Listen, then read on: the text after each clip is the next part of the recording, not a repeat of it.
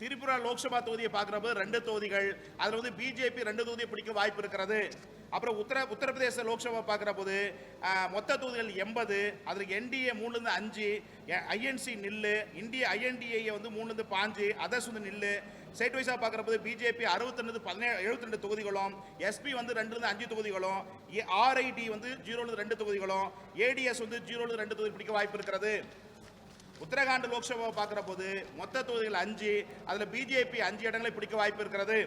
அப்புறம் வெஸ்ட் பெங்கால் மாநிலத்தை பார்க்குற போது பிஜேபி மொத்தம் வந்து பார்த்தீங்கன்னா 42 தொகுதிகள், மொத்தம் 42 தொகுதிகள், பிஜேபி 16லேருந்து 25 தொகுதிகள், டிஎம்சி வந்து 10லேருந்து 14 தொகுதிகள், ஐஎன்சி நில்லு, சிபிஐஎம் வந்து 1 தொகுதி பிடிக்க வாய்ப்பு இருக்கிறது.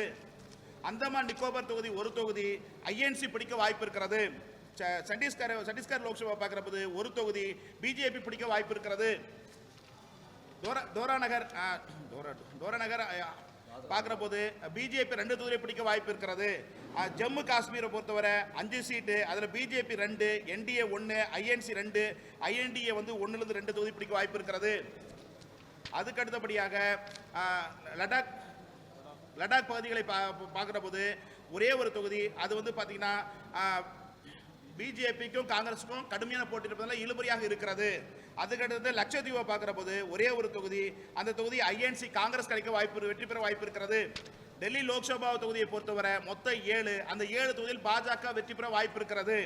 அப்புறம் புதுச்சேரி லோக்சபா பொறுத்தவரை காங்கிரஸுக்கும் பிஜேபி கடுமையான போட்டி இருப்பதால இழுபறி நிலையில் இருக்கிறது. மொத்த தொகுதிகள் பார்க்கிற போது 543ல் பிஜேபி 306லேருந்து 320 தொகுதிகளும், என்டிஏ வந்து 300 கூட்டணி, என்டிஏ வந்து பார்த்தீங்கன்னா 354லேருந்து 372 தொகுதிகளும், ஐஎன்சி வந்து 60லேருந்து 73 தொகுதிகளும், ஐஎன்டிஏ கூட்டணி வந்து பார்த்தீங்கன்னா 108லேருந்து 120 தொகுதி வரையும் பிடிக்க வாய்ப்பு இருக்கிறது. அப்புறம் கேள்வி கேட்கலாம்.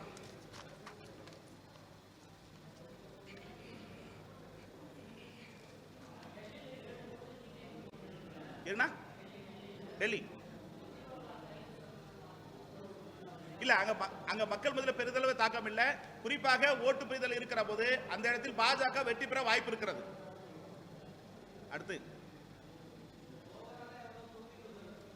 என்னங்க ஓவரால் வந்து மொத்தம் வந்து பார்த்தீங்கன்னா பிஜேபி 306லேருந்து 320 தொகுதிகள் வெற்றி பெற வாய்ப்பு இருக்கிறது.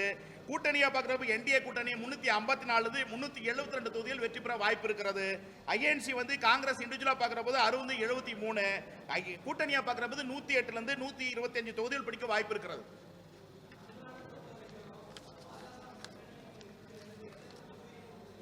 என்னங்க இல்ல, அது தொகுதி 3 தொகுதிகள், 1லேருந்து 3 தொகுதிகள் பிடிக்க வாய்ப்பு இருக்கிறது.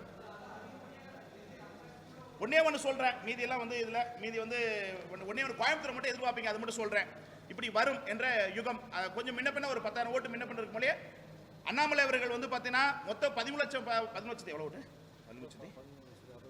13,60,000 ஓட்டுல பிஜேபி வந்து பார்த்தீங்கன்னா அண்ணாமலை 38.7% வாக்குகளை பெற்று ஓட்டு எங்கயா இந்த நம்பர் சொல்லுங்க, ஓட்டு நம்பர் சொல்லுங்க,